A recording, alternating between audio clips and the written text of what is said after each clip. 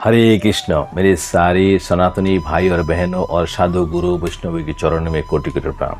आज हम आपको बताएंगे आषाढ़ महीने का शुक्ल पक्ष में जो एकादशी आ रहे, उस एकादशी कब है, उस एकादशी का व्रत महत्व कथा है, उसका पालन समय क्या है और इस एकादशी का पालन करने से आपको कौन सा पुण्य फल मिलेगा।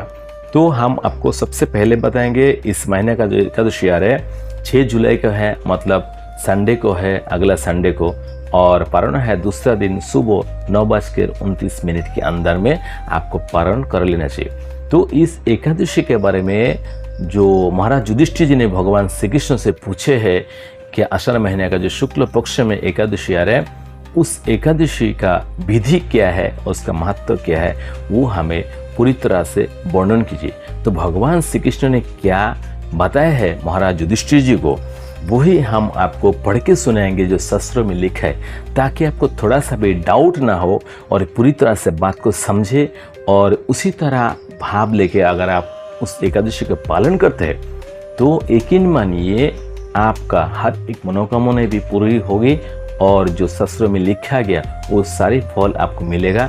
तो आइए समय को बर्बाद ना करते हुए इस एकादशी का जो व्रत महत्व कथा भगवान श्री कृष्ण ने बताया है महाराज युधिष्ठिर जी को, वही हम आपको पढ़ के सुनाते हैं, आप श्रवण कीजिए। तो भगवान श्री कृष्ण ने बोले हैं, राजन, आषाढ़ शुक्ल पक्ष की एकादशी का नाम है शयनी। मैं उसका वर्णन करता हूँ। वो महान पुण्यमयी, स्वर्ग एवं मोक्ष प्रदान करने वाली, सब पापों को हरने वाली तथा उत्तम व्रत है। आषाढ़ शुक्ल पक्ष में शयनी एकादशी के दिन जिन्होंने कमल पुष्प से कमल लोचन भगवान विष्णु का पूजन तथा एकादशी का उत्तम व्रत किया है, उन्होंने तीनों लोकों और तीनों सनातन देवताओं का पूजन कर लिया। हरिशयनी एकादशी के दिन मेरा एक स्वरूप राजा बलि के यहाँ रहता है और दूसरा क्षीर सागर में शेषनाग की सज्जा पर तब तक शयन करता है जब तक आगामी कार्तिक एकादशी नहीं आ जाती। अतः आषाढ़ शुक्ल एकादशी से लेकर कार्तिक शुक्ला एकादशी तक मनुष्य को भलीभांति धर्म का आचरण करना चाहिए। अभी आप समझिए बात का, धर्म का आचरण करना चाहिए मतलब किसी को दुख ना देना, झूठ ना बोलना, कोई चीज़ में मिलावट नहीं करना, किसी के साथ चुगलीगिरी नहीं करना और हो सके तो लोगों को या फिर जीव को मदद करना, उनका दुख को कम करना, यही बात बताया गया है। जो मनुष्य इस व्रत का अनुष्ठान करता है वो परम गति को प्राप्त होता है। इस कारण यत्नपूर्वक इस एकादशी का व्रत करना चाहिए। एकादशी की रात में जागरण करके शंख चक्र और गदा धारण करने वाले भगवान विष्णु की भक्तिपूर्वक पूजा करनी चाहिए। आप समझ गए, ऐसा करने वाले पुरुष की पुण्य की गणना करने में चतुर्भुज ब्रह्मा जी भी असमर्थ है। अभी समझिए कितने बड़ी बात कही है भगवान श्री कृष्ण ने। राजन, जो इस प्रकार भोग और मोक्ष प्रदान करने वाली सर्व पापहारी एकादशी के उत्तम व्रत का पालन करता है, वो जाति का चंडाल होने पर भी संसार में सदा मेरा प्रिय करने वाला है। अब मनुष्य कई जाति का होता है, अगर वो नीच से नीच कभी जाति का भी इस एकादशी का श्रद्धापूर्वक पालन करे तो भी भगवान के लिए वो प्रिय ही होता है, भगवान के लिए वो अच्छा ही बन जाता है। जो मनुष्य दीपदान और पलाश के पत्ते पर भोजन और व्रत करते हुए चौमासा व्यतीत करते हैं वे मेरा प्रिय है। चौमासा मतलब ये जो विष्णु शयन चालू होगा ये संडे से लेके कार्तिक की एकादशी तक शुक्ल पक्ष के, ये 4 महीना भगवान विष्णु क्षीर सागर में शायित रहेंगे। उस समय ये सारे नियम को पालन करना है, वो हम आपको बताएंगे आगे। चौमासे में भगवान विष्णु सोए रहते हैं, इसलिए मनुष्य को भूमि पर शयन करना चाहिए। सावन में साग, दही, कवर में दूध और कार्तिक में दाल का त्याग कर देना चाहिए।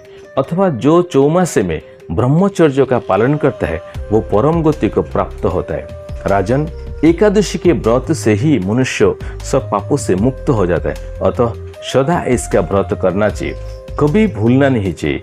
शयनी और बोधिनी के बीच में जो कृष्ण पक्ष की एकादशी होता है, गृहस्थ के लिए वही व्रत रखने योग्य है। शुक्ल पक्ष की एकादशी सभी को करनी चाहिए। अभी जो कुछ खाने पीने के बारे में बताया गया, क्या सावन में साग और भादों में दही और कांवर में दूध और कार्तिक में दाल का त्याग कर देना चाहिए। ये 4 चीज आप रेस्ट्रिक्शन में नहीं खा सकते। अगर ये चीज खाते हैं तो आपको ब्रह्मचर्य धर्म का पालन करना चाहिए। अगर आप ब्रह्मचर्य का धर्म का पालन करते हैं तो ये खाने से ना खाने से कोई लेना देना नहीं है। दूसरी और एक गहरी बात मैं आपको बताना चाहता हूँ कि इस एकादशी और किन को करना ही चाहिए। सबसे पहले बताया गया कि जो विधवाएं नारी है, विधवा जो स्त्री है, उनको एकादशी पालन करना ही चाहिए, क्योंकि जो विधवाएं है वो कुछ पाप बस विधवा हुआ है और वो पाप को अभी झेल रहे, तो दोबारा जिंदगी में इस तरह विधवा ना होना पड़ा, इसलिए एकादशी का व्रत करना ही चाहिए, तो पाप थोड़ा कम होगा। और जो विधवाएं महिला जो मछली या मीट खाते हैं उनको तो जरूर करना चाहिए, नहीं तो उनका बीमारी भी पीछा नहीं छोड़ेगी।